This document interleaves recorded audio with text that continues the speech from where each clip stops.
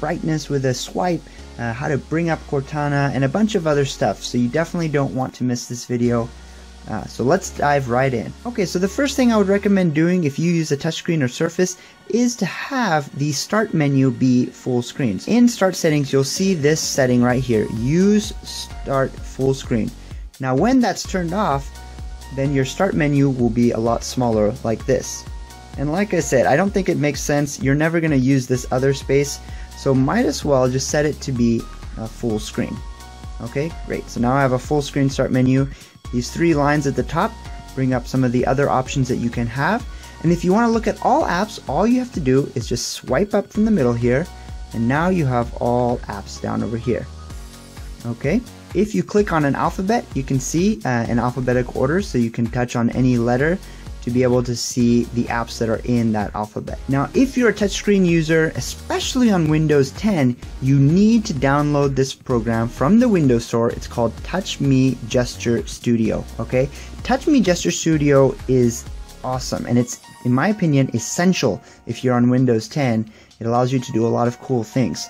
Alright, so do look at my video description. I include a link to TouchMe Gesture Studio. So in Windows 10, you have the ability to change your brightness here, but they only happen in increments of 25%. If you want something more continuous, you can set a gesture to slowly bring down the brightness and slowly bring up the brightness, just as if you're turning a knob. Okay, so you can see up here the brightness slider going up and down. Okay, and this makes it nice to really customize your level of brightness. The other thing really nice about Windows 10 is its ability to have multiple desktops. So if you swipe from the side, you can see you can have multiple desktops. I can actually create a whole bunch of desktops. So here you can see I have my school desktop. I've got calculators, I've got my equations over here, I've got my Word documents. I can also have a hobby desktop, you know, where if I don't want it to be cluttered, I just want to work on videos or my music, I can have that.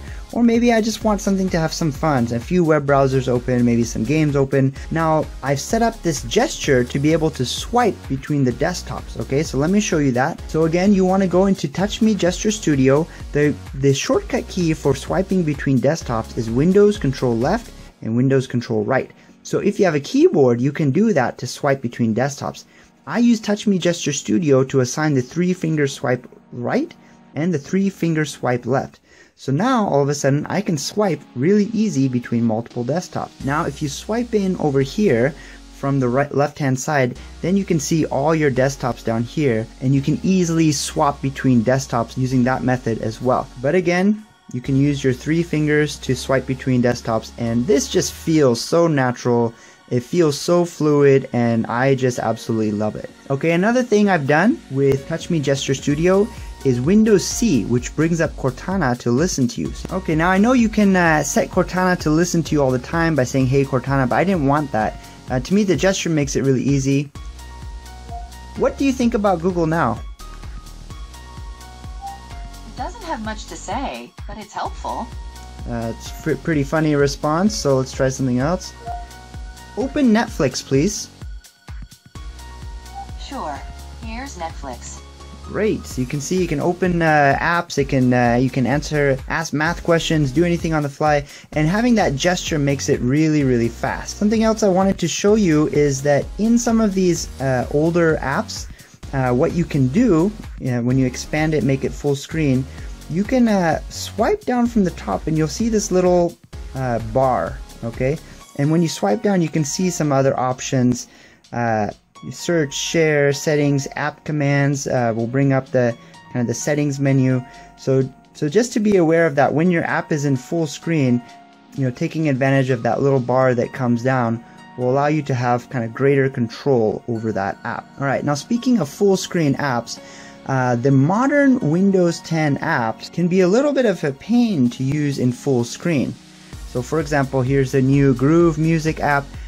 You can't actually make it so that it's completely full screen. Even in tablet mode, which I'm going to talk about more in a second, you can see that the taskbar is still down here. Okay, so watch what I'm about to show you. 3-finger swipe down. Boom. The taskbar is gone. I have a full immersive Nice full screen. Alright, and then if I want the taskbar back, all I have to do is swipe down again, 3 fingers, boom, there's the taskbar. Alright, so to pull off the taskbar trick, it's a little bit more tricky. You do need TouchMe Gesture Studio, but you also need something else called Auto Hotkey. See my video description for how to download that. And then you have to also download this one file called taskbar.ahk. Okay, and again, the link to that is in my video description. Then what this does is it gives you a keyboard command, I think it's ctrl+alt+f, and that keyboard command basically hides and unhides the taskbar. Alright, then you use TouchMe Gesture Studio to make it so that the 3 finger swipe down, or really whatever you want it to be, hides and unhides the taskbar. So if that seemed really complicated, don't worry.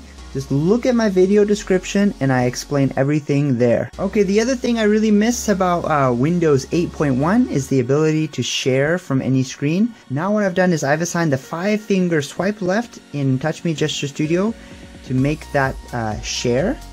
And so now from any screen I can just swipe left and you'll see this share menu come up, and I can share whatever I have open, whether it's an app or whether it's a movie or a video or an article. I can just go and then share whatever I'm looking at. Okay, last and also in my opinion least is tablet mode. Okay, so let's go ahead and enter into tablet mode. Okay, so now we're in tablet mode. Now you can see the taskbar loses a lot of the apps. Also in tablet mode you have no access to the desktop, no multiple desktops, and everything that you run will be in full screen. In my opinion though, I feel like tablet mode is unnecessary. I can get everything I want plus more outside of tablet mode. But that said, there are still a few things that you can do in tablet mode that you can't do outside of tablet mode, and I'll show you a few of those things. For example, let's go ahead and open up this music app. Again, you see that black bar down there. I'm going to go ahead and hide that just so that it's full screen. What you can do is you can actually swipe down from the side to close it if you want. So that's a feature in tablet mode, is swiping down. So that's familiar from Windows 8.1, but let's go and open that back up. You can also snap it to the side and have this split screen view. So let's go ahead and split these. So this again is a familiar interface from Windows 8.1, the ability to have this split screen view again. So this is something you can't get in desktop mode, you can only get in tablet mode. I said tablet mode was last, but actually there's one last thing I want to say. This is kind of old news, it's been around since Windows 7, but if you didn't know, you can actually swipe up from some of these on the bottom on the taskbar, and it can show you, recent files as well as some other options that you might have access to. Okay, and that was it. If you found this video helpful, be sure to like this video. If you haven't already, be sure to subscribe. Thank you very much for watching.